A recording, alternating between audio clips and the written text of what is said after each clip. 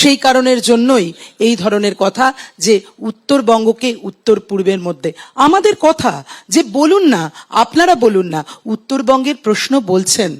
এখন আমরা বারবার, আমরাও সিপিআইএমও বলেছি এ কথা যে নর্থ ইস্ট কাউন্সিল যখন হলো, একেবারে কাশ্মীর থেকে মণিপুর যে সাহায্য সহযোগিতা পাচ্ছে, আমাদের রাজ্যের মধ্যে যে হিমালয়ান টেরিটরির যে বিষয়গুলো রয়েছে, যে পাহাড়ি রাজ্যগুলো, তাদেরকে সেই সুযোগ কেন দেওয়া হবে না আমাদের রাজ্যের মধ্যে থেকে? উন্নয়নের জন্য কি রাজ্য ভাগ করার কথা বলতে হয়? উন্নয়নের জন্য কি রাজ্য থেকে পার্ট বের করে নিয়েই তবে বলতে হয়? আর অন্য কথা আসে না? রাজ্যের মধ্যে থেকে উন্নয়নের প্রশ্নে বলা যায় না? এমপি তো ছিলেন বিজেপিরই তো এমপি ছিলেন ওখানে এতদিন ধরে। কি করেছেন? কোন উন্নয়নের ব্যবস্থা করেছেন? আর আজকে যখন আসছেন একটা করে নতুন ইস্যুর কথা বলছেন। আর আশ্চর্য লাগে আমাদের রাজ্যের মাননীয় মুখ্যমন্ত্রী, খুব ভালো কথা যে আজকে উনি স্ট্রংলি কন্ডেম করেছেন, কিন্তু এই যে গ্রেটার কোচবিহারের কথা যে অনন্ত মহারাজরা বলেন, তারা এদিকে বিজেপির সাংসদ, কিন্তু এবার তো ওই বিজেপির অন্দরেই কথা উঠেছে বলে আমরা বিভিন্ন জায়গায় দেখেছি যে তারা তৃণমূলের হয়ে কাজ করছেন, তৃণমূলকে সাহায্য করেছেন, এবং মাননীয়াও কিন্তু তার সঙ্গে আলাদা করে দেখা করে এসছেন। তাহলে হোয়াট ইজ দিস? কি তার মানে?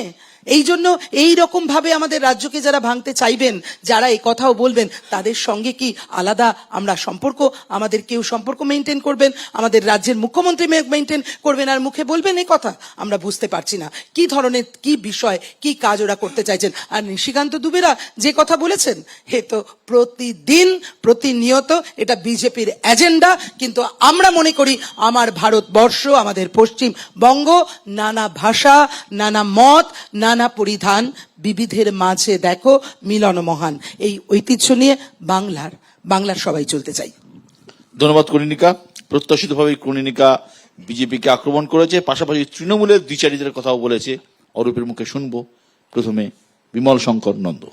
কি দিয়ে বলবো বুঝতে পারছি না, শুরু করব। কারণ গ্রামের ছেলে তো, অন্ধকারে পথ হাঁটার কিছু অভ্যেস আছে। দড়ি দেখলেই মনে ওরে বাপরে সাপ এলো রে, সেই জন্য আমরা অন্ধকারে টর্চ লাইট রাখি হাতে। গ্রামের লোকদের একটা নিয়ম, হয় লন্ঠন রাখো বা টর্চ লাইট রাখো। অন্ধত্বে ভুগলে ওই দড়িকে দেখলে সাপ মনে হবে। উন্নয়ন করতে পারবো না, কিন্তু উন্নয়নের যখন প্রস্তাব আসবে আটকাবো, কারণ দারিদ্র থাকলে তো রাজনীতি করতে সুবিধা হয়। আচ্ছা, বিজেপির সভাপতি কোথায় বলেছেন রাজ্যটাকে পলিটিক্যালি ভাগ করে দাও? রাজ্যের একটা অংশকে তুমি নর্থ ইস্ট কাউন্সিলের যে ডেভেলপমেন্ট এজেন্ডাতে যুক্ত করো, টাকা বেশি আসবে, মানুষের উন্নয়ন হবে। কি করছে এই সরকারগুলো 47 থেকে আজ অব্দি? কংগ্রেস সরকার, সিপিএম সরকার, তৃণমূল সরকার।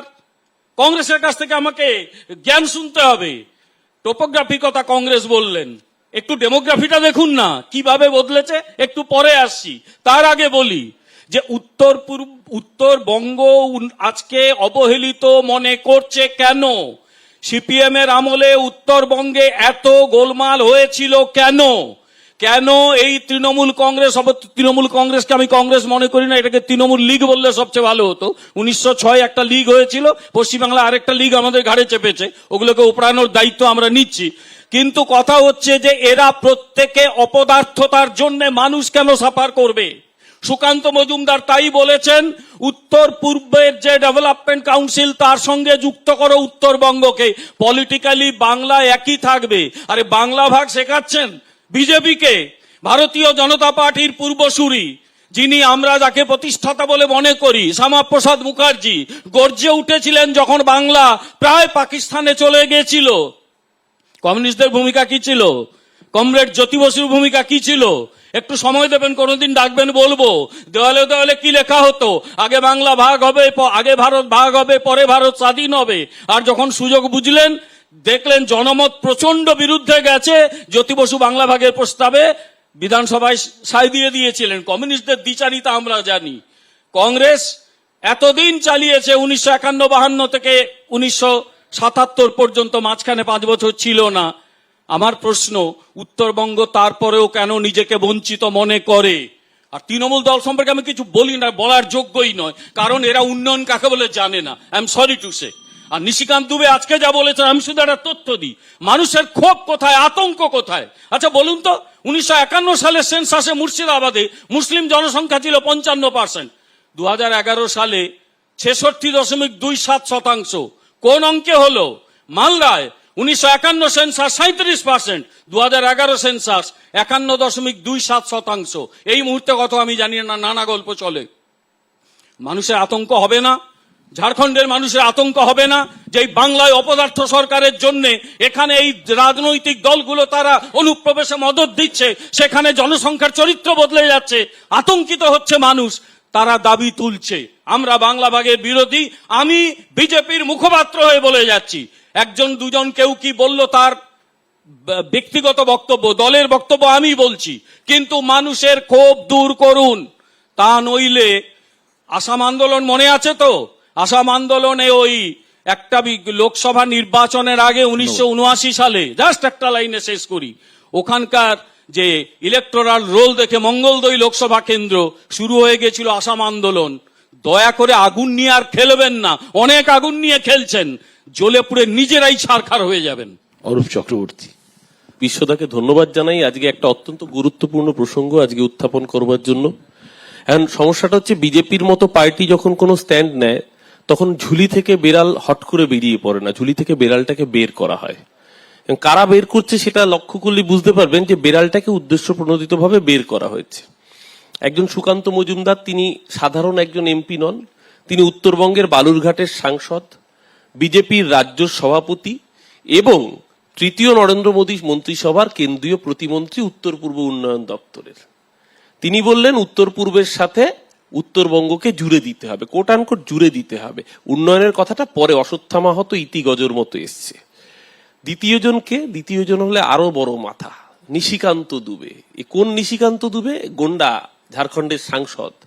বিজেপির যত অপকর্ম, যত পাপ কাজ করার আগে যার কাঁধে বন্দুকটা রাখা হয়, সেটা মহুয়া মৈত্রকে পার্লামেন্ট থেকে বহিষ্কার করার সময় তার তালিকা তৈরি করা, চিঠি তৈরি করা, ব্যাকগ্রাউন্ড অপারেশনের কাজগুলো তৈরি করা হতে পারে। বা আপনার মনে থাকবে বিশ্বদা নিউজ ক্লিক তো আমাদের মুখপাত্র নয়, প্রবীর পুরকায়স্থ বলেছিল চীনের সাথে যোগাযোগ রাখে, রাষ্ট্রদ্রোহিতার অভিযোগে ইউএপিএ খাটিয়ে জেলে পাঠিয়েছিল, সুপ্রিম কোর্ট পরে ভর্ৎসনা করেছে। নিউজ ক্লিকের প্রবীর পুরকায়স্থ এখানে আমার বিরোধীর মতের রাজনৈতিক কন্যিকাদিদের দলের সমর্থক, আমি যতটুকু জানি। এই যত পাপ কাজ সব এই নিশিকান্ত দুবের মাথা দিয়ে করানো হয়। তার কারণ কি? কারণ বিজেপি জানে তার এজেন্ডা, তার মোডাস অপারেন্ডি কারা কারা সাজাতে সহায়ক ভূমিকা পালন করবে। কিন্তু কেন? তার কারণ পশ্চিমবঙ্গের 294টা বিধানসভা আসন, পশ্চিমবঙ্গ যতদিন থাকবে বিজেপি বাংলা দখল করতে পারবে না। তাহলে বাংলা দখল করতে না পারলে কি করতে হবে? 3 টুকরো করতে হবে, মাথা, লেজা আর পেট।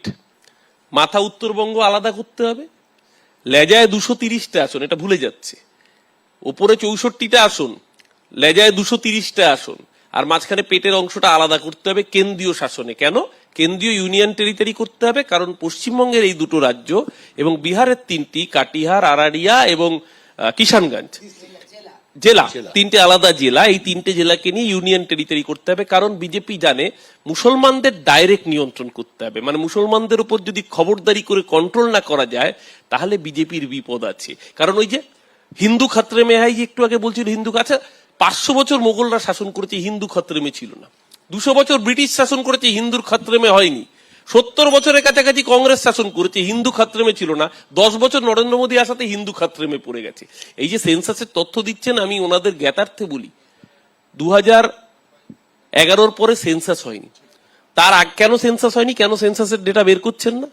আজকে উত্তরপ্রদেশ, আপনার মনে থাকবে বিশ্বদা, একটা প্রপোজাল যেটা সংবাদ মাধ্যমের সূত্রে আমরা দেখেছি যে নতুন ডিলিমিটেশন হবে যদি এই সেন্সাস হয়, তাতে দেখা যাচ্ছে উত্তরপ্রদেশে এখন 80টা আসন, ডিলিমিটেশন হলে সেই আসন 150-র উপরে গিয়ে দাঁড়াবে। উত্তরপ্রদেশে হিন্দু পপুলেশন বাড়ছে, বাকি সমস্ত পপুলেশন কমছে, শুধু উত্তরপ্রদেশ আর বিহার, যে দুটো জায়গায় সবচেয়ে বেশি হিন্দু, এবং পার্সেন্টেজ ওয়াইজ গ্রোথ যদি দেখেন, এই তথাকথিত গো বলয়ে হিন্দু পার্সেন্টেজ যা সুপারসিড করেছে তা মুসলমান জনসংখ্যার তুলনায় 5 ভাগের 1 ভাগও মুসলমান পার্সেন্টেজ সেই অর্থে বাড়েনি। অর্থাৎ এই যে একটা প্রোপাগান্ডা তৈরি করে মার্কেটে খাইয়ে দেওয়া, মুসলমান জনসংখ্যা বাড়ছে, আসলে এটা হচ্ছে সেই ওই এজেন্ডা, সবকা সাথ সবকা বিকাশ। আর বিজেপির মুখ নয়, বিজেপির মুখোশ হয়ে গেছে সবকা সাথ সবকা বিকাশ, আসল মুখ হচ্ছে ওই শুভেন্দু অধিকারী, জো হামারা সাথ হাম উনকে সাথ। ভারতবর্ষের মানুষ এই এজেন্ডাকে প্রত্যাখ্যান করেছে, তাই আপকি বার 400 পার 440 ভোল্টের ছ্যাঁকা দিয়ে 240-এ নামিয়ে এনেছে।